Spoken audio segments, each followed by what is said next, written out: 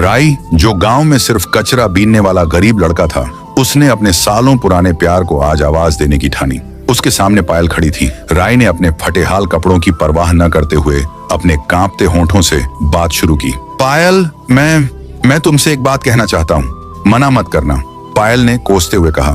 कौन सी बात, जल्दी बोलो। राई ने सारी झिझक तोड़ते हुए अपनी दिल की बात कही। पायल, मैं तुमसे पागलों की तरह मोहब्बत करता हूँ। मेरा हर ख्वाब, मेरी हर दुआ सिर्फ तुमसे शुरू होती है। मैं तुम्हें अपनी जिंदगी बनाना चाहता हूँ। मैं तुमसे शादी करना चाहता हूँ। इस बात पर पायल ने गुस्से से कहा, शादी? और तुम मुझसे? राई, तुम क्या होश में हो? तुम एक कूड़ा कचरा उठाने वाले आदमी हो। क्या तुमने अपनी औकात देखी है कभी? तुम गंदी नालियों के पास रहते हो और मुझ जैसी लड़की के साथ जिंदगी बिताने का ख्वाब देख रहे हो। आईने में जाकर अपनी गरीबी देखो। तुम्हारी जेब में 2 रुपये नहीं होंगे और तुम्हारी जबान पर करोड़ों के ख्वाब हैं। तुम्हें जरा भी शर्म नहीं आती? जितना तुम महीने में कमाते हो ना, उतनी तो मैं रोज मेकअप करती हूँ। राई की आंखों में आंसू आ गए। उसने कहा, हाँ, मैं कचरा चुनता हूँ, ये मेरा काम है, लेकिन मैं तुम्हारा दिल या अपनी ईमानदारी नहीं बेचता। आज तुमने मेरी सच्ची मोहब्बत को ठोकर मारी है ना। याद रखना पायल, यह दिन और यह अपमान एक दिन ऐसा जरूर आएगा जब तुम खुद अपनी मर्जी से मेरे पास आओगी, मगर उस दिन मैं तुम्हें अपनाऊंगा नहीं। मैं तुमसे शादी नहीं करूंगा, कुछ और करूंगा। पायल ने राई का मजाक उड़ाते हुए कहा। कुछ और करोगे? तुम जैसे टूटे फूटे लोग धमकी नहीं दिया करते। तुम जैसे लोग तो बाजार में खुद बिकते हैं। राई, ये बात तुम अच्छी तरह अपने गंदे दिमाग में बिठा लो। इसके बाद दोनों अलग अलग दिशाओं में चल दिए। राई का दिल टूट चुका था, मगर उसकी आंखों में अंगारे जल रहे थे। कई दिनों तक राई अपने टूटे हुए दिल के साथ खामोश और टूटा सा रहा। उसके होंठों पर न कोई बात आती थी, न चेहरे पर कोई मुस्कान। वह बस अकेले में रोया करता। एक दिन गली के कुछ बेरोजगार बूढ़ों ने उसे ज्ञान दिया। देखो राई बेटा, जिंदगी में दुख तो आते जाते रहते हैं, लेकिन तुम ऐसे हार मानकर मत बैठो। जिंदगी किसी के लिए रुकती नहीं है। आगे बढ़ो, शादी कर लो। एक जीवन साथी आएगा तो तुम्हारी उलझी हुई जिंदगी फिर से संभल जाएगी। अकेलेपन से तंग आकर राई ने फिर रूपा नाम की एक लड़की से शादी कर ली। उसने सोचा था कि प्यार नहीं तो कम से कम सहारा तो मिलेगा, मगर गरीबी की छाया इतनी गहरी थी कि नया रिश्ता भी उसमें घुटन महसूस करने लगा। भूख और तंगी ने उनके रिश्ते को कमजोर कर दिया था। रूपा ने कहा, बस बहुत हो गया राई, 1 साल हो गया हमारी शादी को, पर यह क्या, वही गरीबी, वही भूख। मैं इस तंगी भरी जिंदगी से थक चुकी हूँ। राई, तुम्हारे 2 छोटे बच्चे बीमार पड़े हैं और तुम्हारे पास इलाज तक के पैसे नहीं है। हम 2 दिन से भूखे हैं और घर में राशन का एक दाना भी नहीं है। मैं अब इस गरीबी से तंग आ चुकी हूँ। मैं अब यहाँ नहीं रह सकती। मैं अपने बच्चों को लेकर मायके जा रही हूँ। रूपा अपने बीमार बच्चों को लेकर राई को बीच राह में छोड़कर चली गई। वो भला करती भी क्या? राई को बहुत बुरा लगा। उसके अंदर एक भयानक तूफान चल रहा था।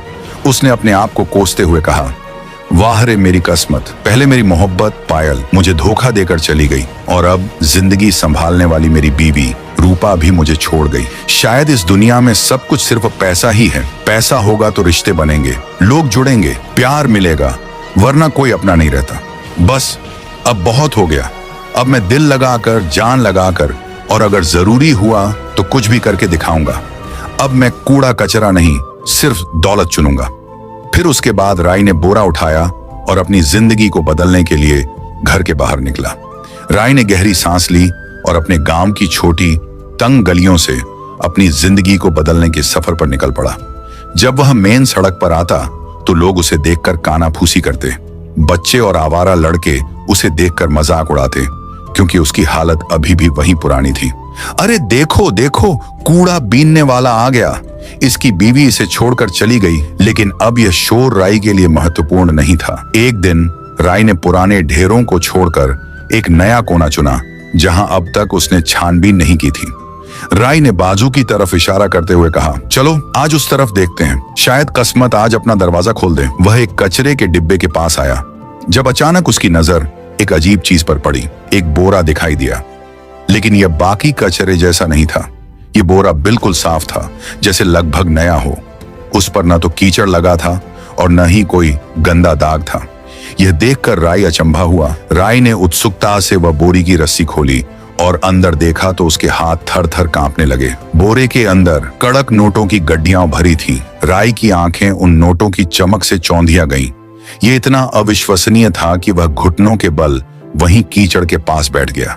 उसने सोचा, क्या यह सच है? मैं कोई सपना तो नहीं देख रहा। उसे लगा कि आसपास के लोग भी सुन लेंगे। उसने घबराकर चारों तरफ देखा। वह डर के मारे पसीना पसीना हो गया। फिर उसने एक गहरी सांस ली, अपने डर को दबाया और उस वजनदार बोरे को अपनी पीठ पर लादा। यह बोरा अब कचरा नहीं, उसका भविष्य था और तेजी से अपनी झोंपड़ी की तरफ चल पड़ा। उसे शक हुआ जैसे कुत्ते का भौंकना, किसी के कदमों की छाप, दूर से आती बातों की सरसराहट, हर आवाज जैसे उसके पीछे चल रही हो। झोंपड़ी पहुंचते ही उसने दरवाजा अंदर से बंद किया, बोरे को टेबल पर रखा। दिल तेजी से धड़क रहा था। बार बार वो दरवाजे से झांकता, कहीं कोई पीछे तो नहीं आ गया। जब यकीन हुआ कि आसपास कोई नहीं, राय ने टेबल पर रखे बोरे की टाइट रस्सी कांपते हाथों से खोली। राय ने गड्डी उठाकर उसे गिनना शुरू किया। वह ध्यान से नोटों को गिन रहा था। गिनते गिनते उसके होंठ सूख गए, पर पैसा खत्म होने का नाम नहीं ले रहा था।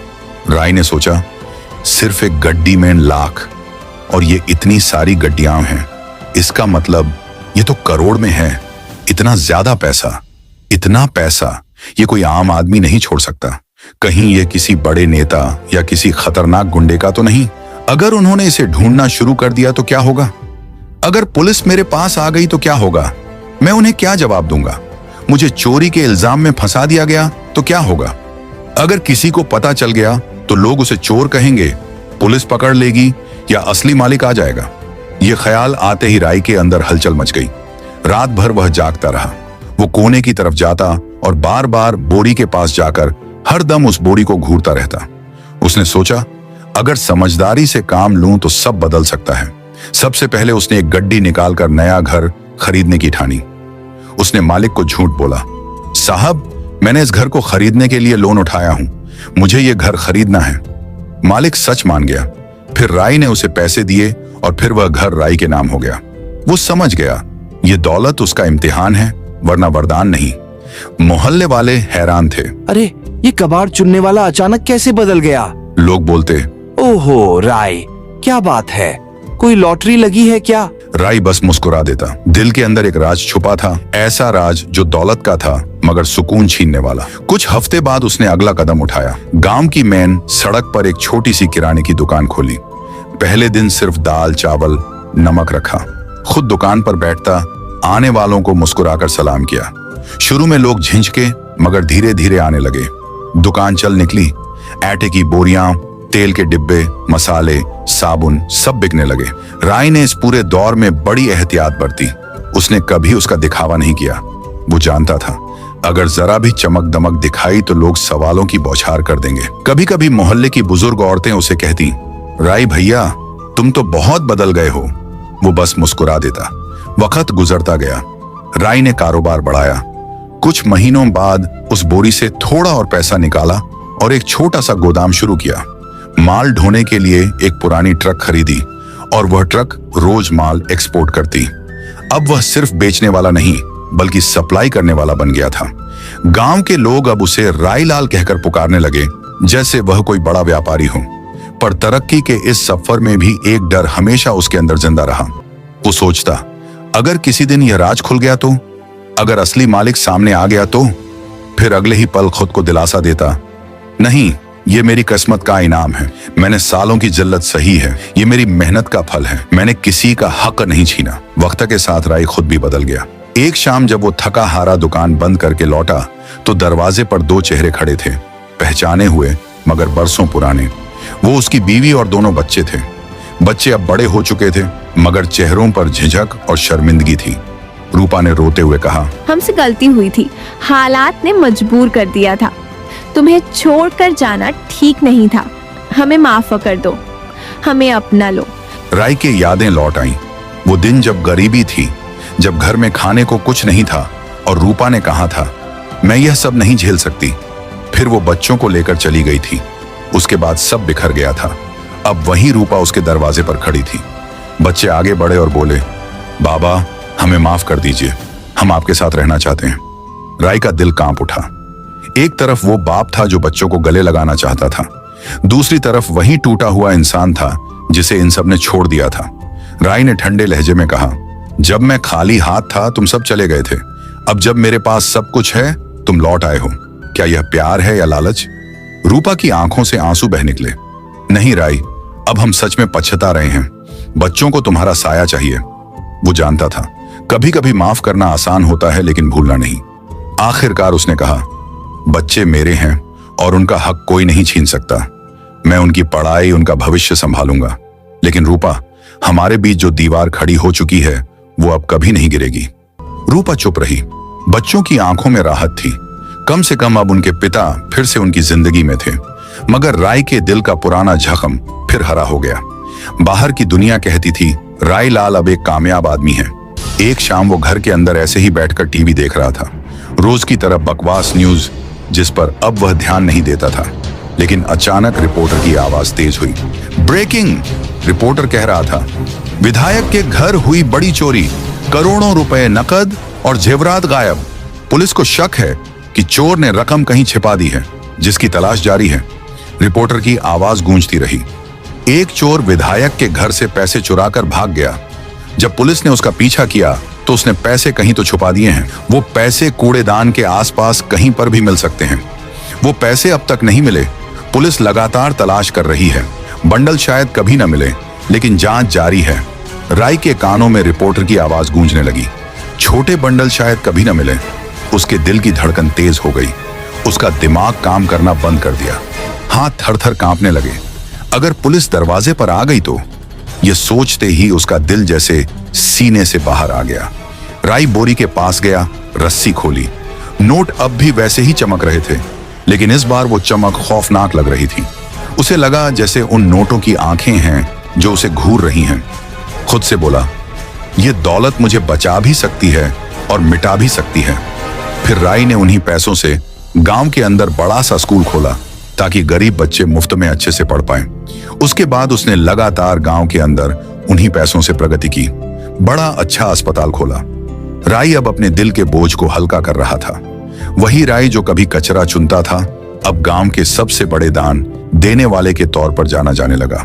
लोग हैरान थे, इतना पैसा कहां से आया इसके पास। कुछ ने तंज किया, कुछ ने शक जताया। उसने अपनी पहली बीवी और बच्चों के लिए लंदन में एक बड़ा बंगला और एक होटल खरीद लिया। वो भी अब अपने बच्चों के साथ खुश थी। राय की जिंदगी मुकम्मल लगती थी, इज्जत, सुकून, मोहब्बत, सब कुछ। मगर किस्मत को जैसे अभी एक मंजर दिखाना बाकी था। दोपहर जब वो दुकान बंद करके खाना खाने के लिए लौटा तो दरवाजे पर कोई खड़ा था। वो चेहरा जैसे कहीं देखा हुआ लगा। वो वही पायल थी जिसने कभी कहा था, तुम कूड़ा चुनते हो, फकीर हो, मुझ जैसी लड़की से शादी का सोचते हो। उसने रोते हुए राय से कहा, घर चलाने के लिए कुछ नहीं बचा, मुझे मदद चाहिए राय, बस थोड़े पैसे। मैं जानती हूँ तुम अब बहुत बड़े आदमी हो, मेरी मदद कर दो। फिर राय ने बोला, मैं तो भिखारी हूं ना, तुमने मुझे भिखारी बनाकर ठुकरा दिया था। भिखारी को तो पैसे दिए जाते हैं, मगर तुम तो भिखारी से पैसे लेने के लिए आई हो। आज तुम्हें मेरे पैसों की और मेरी जरूरत है। आज मैं तुमसे जो चाहूं वो करवा सकता हूं, लेकिन मैं ऐसा नहीं करूंगा।